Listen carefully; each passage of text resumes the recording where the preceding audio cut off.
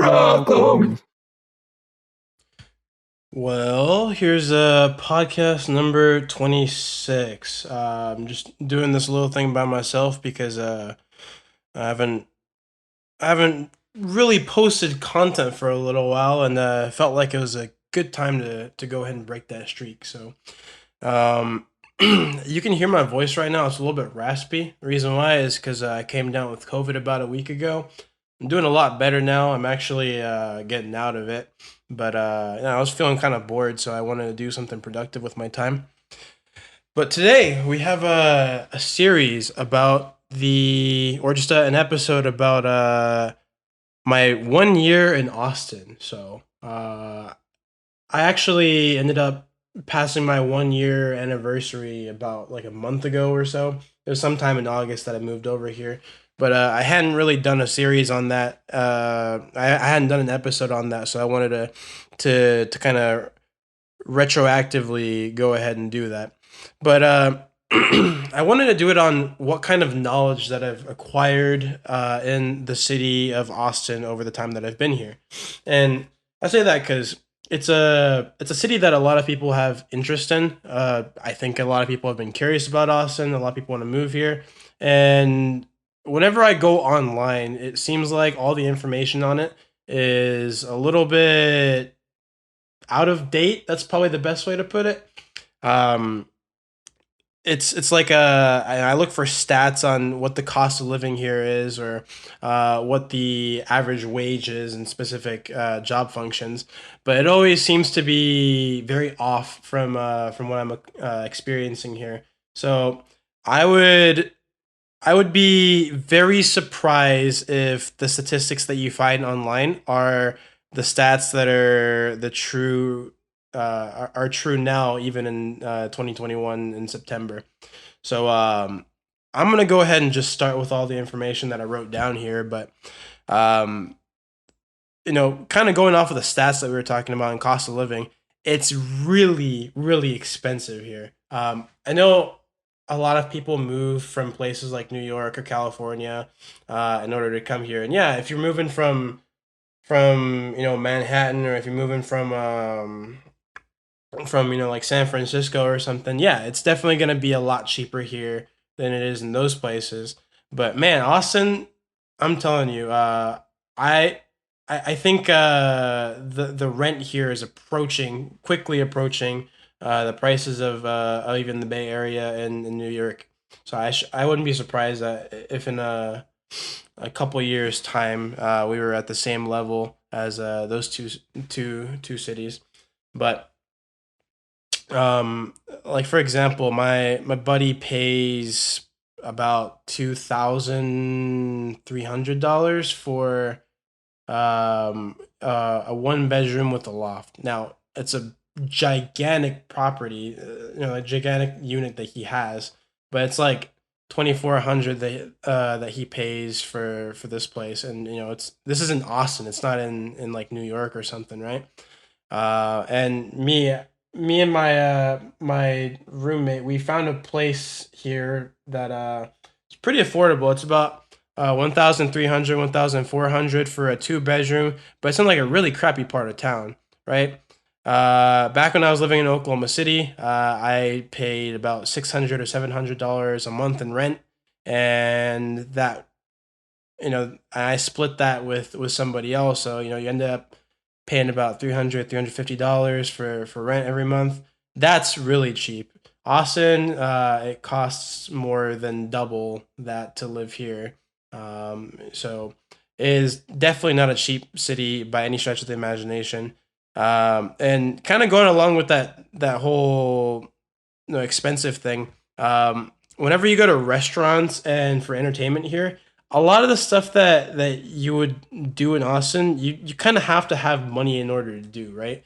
Because I mean, there are places to go hike and go do lots of natural stuff, yeah, but it's no Denver, right? It's not like you can just like go on a road trip and go see like the beautiful beautiful Rockies. It's not like the Bay Area where you have like the redwoods in the north and stuff like that. It's pretty in Austin and it's pretty in the surrounding areas, but it's not quite quite that level. I think most of the things that you do are kind of within the city limits.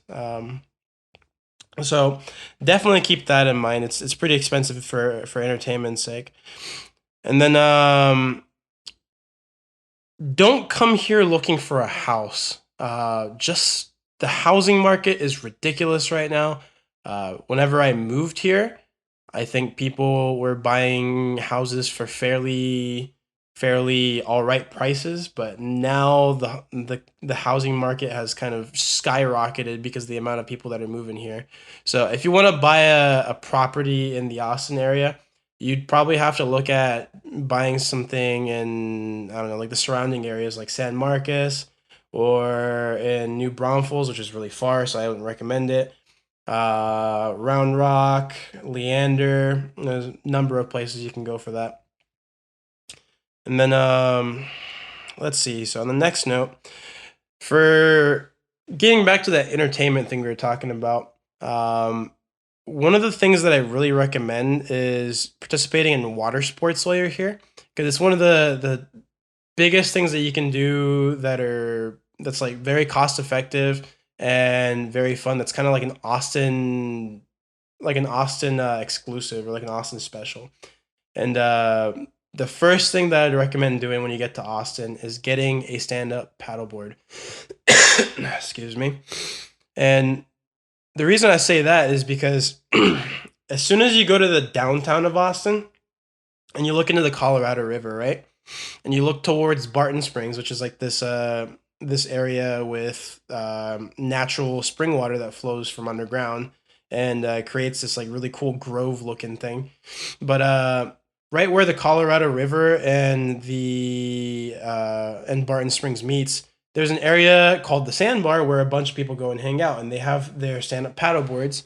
And what you do is you take your paddleboard, you launch off from one of the many ports along that river, and you paddle your way onto the sandbar. And the sandbar is about waist. The water is about waist high, waist deep rather. And so you can paddle your way out to the sandbar, and then you can use your paddleboard as a kind of like an actual bar that you can lean on, and just crack a couple of cold ones with the boys, or I don't know, like some break out some claws or some stuff like that. It's a really great time. It's one of the it really opened up a lot whenever I got it. So I really recommend having a paddleboard. It really has changed my entire Austin experience. I've been trying to get my friends to get one too, but I don't want to be too aggressive about it. But I really do push getting a paddleboard because it's something that you can really only do in Austin. Because picture this, right? Like you have a paddleboard, you're out in the middle of a lake, right? Like a lake river thing, and then it's sunset time, and you can see the golden hour light from the sun reflecting off of the downtown that you can see from the river, and everything is just kind of dyed into this wonderful golden color, and that's something that you can really only do in Austin, where you experience a sunset from within the water instead of like looking at the sunset from on land. So it's a really cool, unique Austin experience. It's something that I highly recommend. Definitely get a paddleboard. Cool. And another thing is that Austin Austin's downtown is surprisingly boring. I don't know really how else to say this, but whenever I go to downtown Austin, there isn't really too much to do. It's like a bunch of like if you walk around like along Congress, right? Congress is the main street, right, that goes right up to the Capitol. But on the north side of the Colorado River, where the downtown, where like the high buildings are, I guess you could call it like a financial district almost. But if you walk along that area, you just find like a bunch of eateries on either side. You don't really see much to do in terms of like entertainment.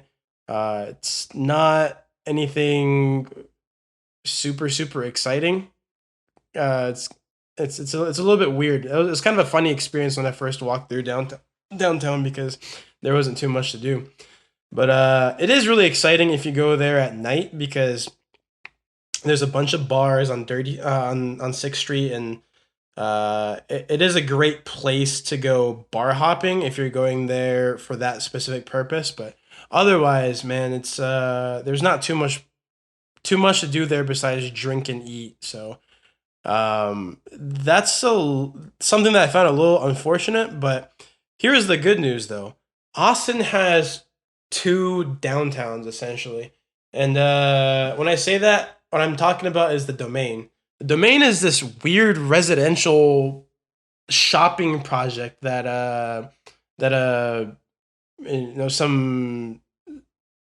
some real estate people. I don't know exactly how it got developed, but that was developed up in the north of Austin, and it's basically a bunch of apartment buildings with Gucci, Prada, all these luxury stores and restaurants and bars, kind of like just jammed in between all those apartment buildings. So it's really cool because you can live if you live in the Domain. And the thing is, my friend that I was telling you about that has that apartment, he has that apartment right in the middle of the Domain. That's the reason why it was expensive. But yeah, he's it's a the but yeah, we're talking about the Domain, but Domain is kind of like a second downtown because it's a residential area, but it's also a luxury shopping, you know, like and like food and drink, entertainment area. So it's if you live in the northern part of Austin, the Domain is actually probably the place that you want to go for if you're gonna go bar hopping or go have fun for the day. And if you're more on the south side of Austin, then you're probably going to want to go to the downtown area. It's kind of funny how it works out that way because there's just two different places that you can go for like a downtown experience, and it's really funny. But let's see what's next. What have I not discussed? I kind of want to talk about some of the demographics in Austin. So one thing that you have to know about Austin, like the Austin city proper, is that it's mostly young singles. And go figure, right? Because everyone's coming to Austin. Like most people that are coming to Austin are coming here for the tech companies and the jobs that are here, right? Or I guess like a lot of people are coming for college and for entertainment too. But the demographic of people that I fall into, and a lot of the ones that are moving from California, from New York, are the people that are already working and are looking for new opportunities here in Austin. But those people are a lot of really ambitious single people that move here, and then that in turn makes a very interesting dating scene where there are more females here than males. It is the funniest thing in the world because, uh, and this is just like what my friend told me, right? My friend told me, moving from California, man, the girls here in Austin are so easy, right? And I was shocked because I was like, what do you mean they're easy? It's like, I don't know, it's just like they're always like throwing a fit in LA or something like that. I'm like, okay, interesting. And so I thought about it for a little bit. It's like, why would that be the case? And well, it turns out there's more females here than there are males. So I mean, if you're like if you're a dude that's like looking for chicks, then yeah, you're gonna end up having more options. And then like if you're a chick looking for a dude, it's like, well, you have less options because it's just the ratio is kind of off. So that's kind of an interesting dating dynamic that happens here. I told my friend that, and he's a kind of a dirty old bastard. So I told him that, and that basically, I won't name names, but I convinced him to move over here, which I thought was really funny. So he's gonna be moving over here towards the end of December. That's really fun. I thought that was a funny detail, but and here's another piece of demographic information. But a lot of people that are in Austin are people that are just passing through. they're not even people that live in Austin. And the thing is, it goes kind of like in a lot of different directions because um, Austin has a couple of sister cities. The main one of I think the main sister city to offer Austin is probably Denver. So I know a lot of people that spend like a couple months in Denver, and then from Denver they'll come to Austin for a couple months, and then they'll move to Denver and go back and forth. Like back and forth, back and forth, back and forth, and I don't know. It's just like there's a lot of people that come here for vacation for a couple months at a time, and then they just I don't know go back to they actually live, or they I don't know like they just move around quite a bit. I think the remote lifestyles kind of made it easier for people to do like a nomadic thing, and that's kind of what I was doing for a while. And I was in Denver for a month too, right? Case in point.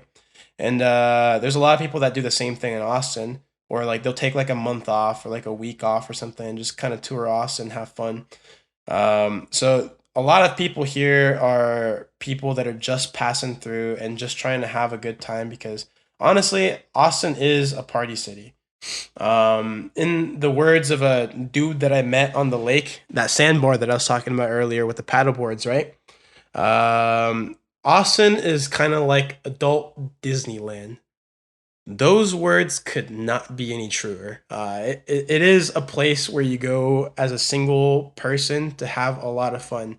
You'll have a lot of fun, in the dating scene. You have a lot of fun just talking to like-minded individuals, people that are ambitious. It's a really cool place to be, and there's a couple of things that I learned over the course of my time here, and I've shared most of the things that came to mind. But if you have any questions about anything else, anything that I might not have mentioned, then just go to our Instagram page and send us a message, and I'll be sure to answer your question. But for now, just go to like I said, our Instagram. Let me plug the Instagram real quick. The Instagram handle is Broklehomies Podcast. That's BROKLAHOMIES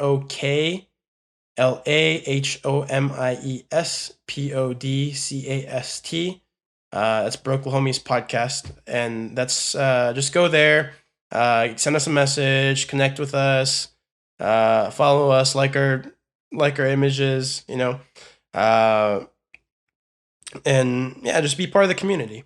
But for the meantime, I'm gonna try to drink more of this honey ginger tea and make this condition in my throat a little bit better.